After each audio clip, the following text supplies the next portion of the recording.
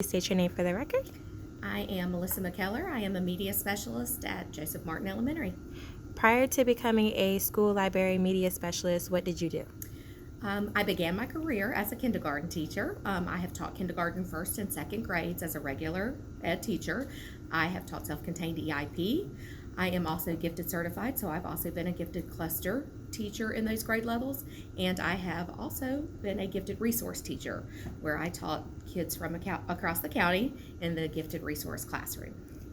What inspired you to pursue a degree in school library media?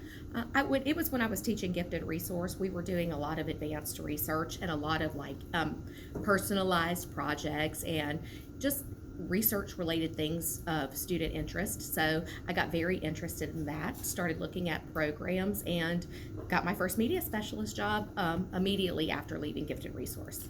Where did you receive your degree? I have my master's in instructional technology from Georgia Southern and my EDS also from Georgia Southern in their instructional technology program.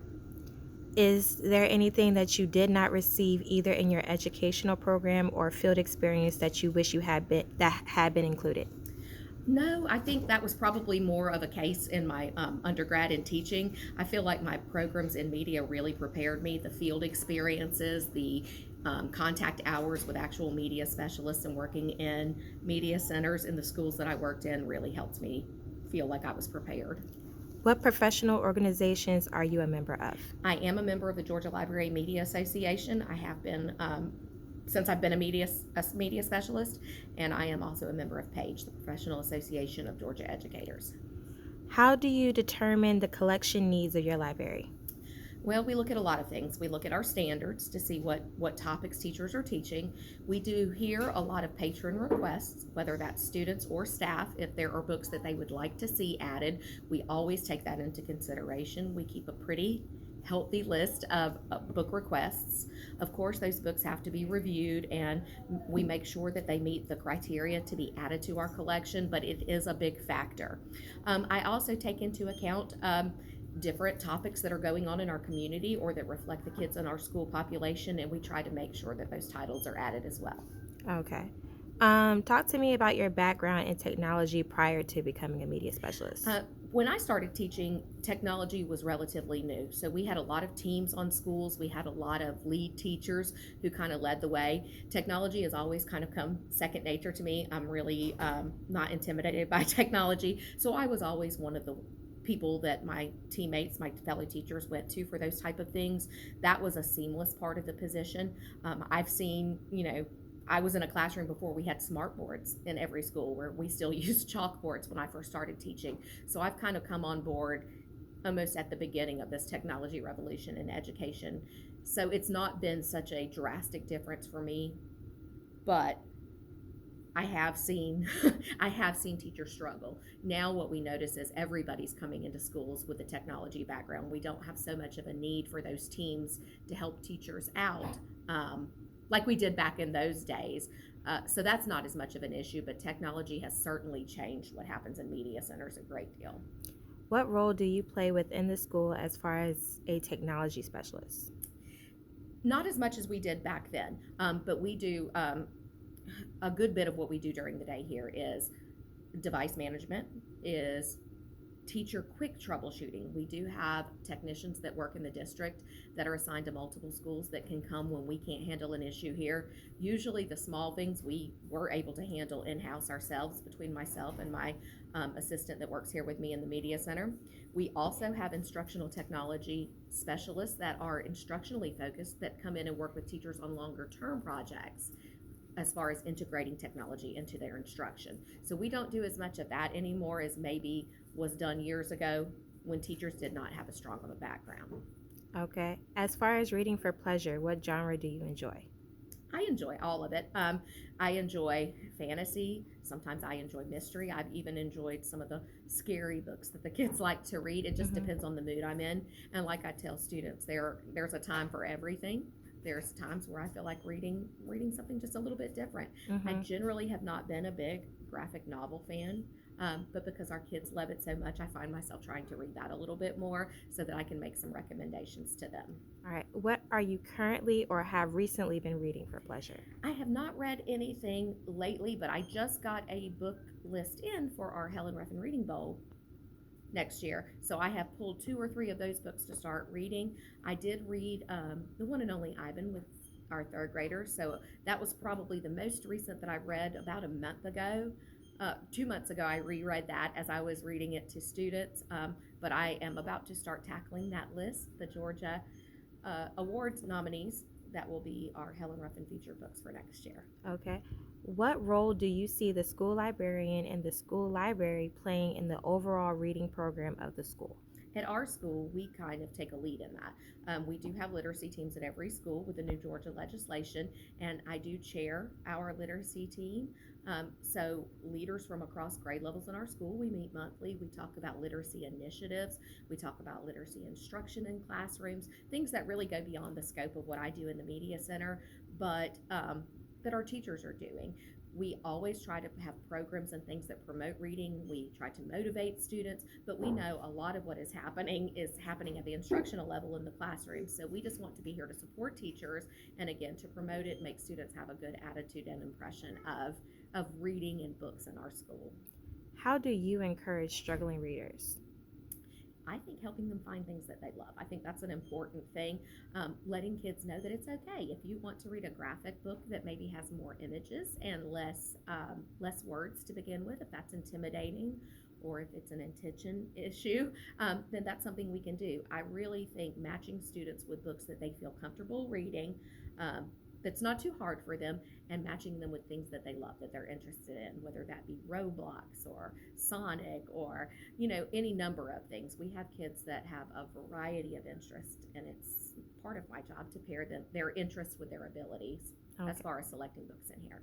What are some of the ways that the school library media specialist can promote and encourage professional reading among the faculty? And again, that's not something that I've been tasked with a great deal because we have an academic specialist at our school, and I think that's something that's probably more in her domain than mine. But I just think encouraging staff to read in general, having them read some of the titles that the kids are reading. The more all of us read and interact with the books that our kids do, the better we all are at recommending titles and encouraging our kids to read. The more our kids see us read as adults, the better. Superstars, so we have all GLOW students to go to the restroom at this time. Make sure that all GLOW students go to the restroom.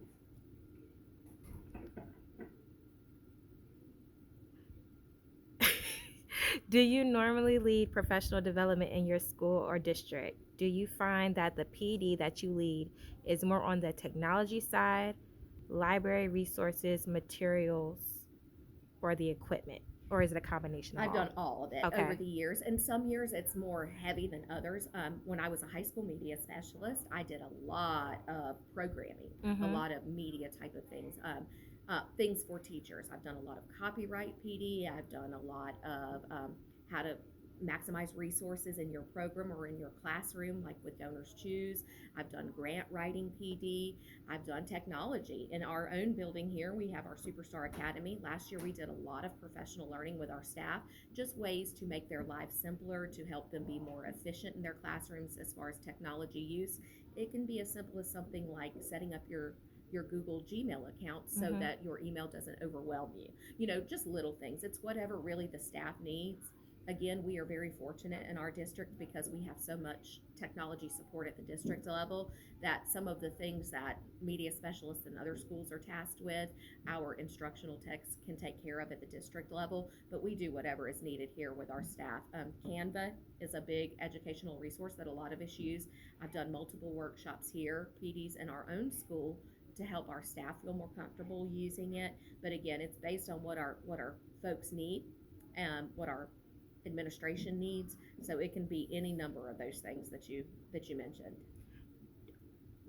How do you continue to grow professionally?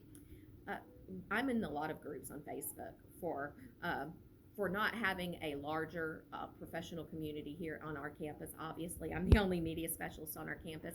There are a lot of groups I'm in nationwide. I'm always getting ideas from other media specialists, In our district, we do meet in media specialist PLs once a month, so we always get ideas from each other. Our elementary media specialists meet after that meeting, and we do programming type of things together, so we get to share ideas, learn from each other. But I think I get a lot from those national groups and organizations that I'm involved with. Okay. What steps can the school librarian take to encourage reluctant teachers to utilize the library?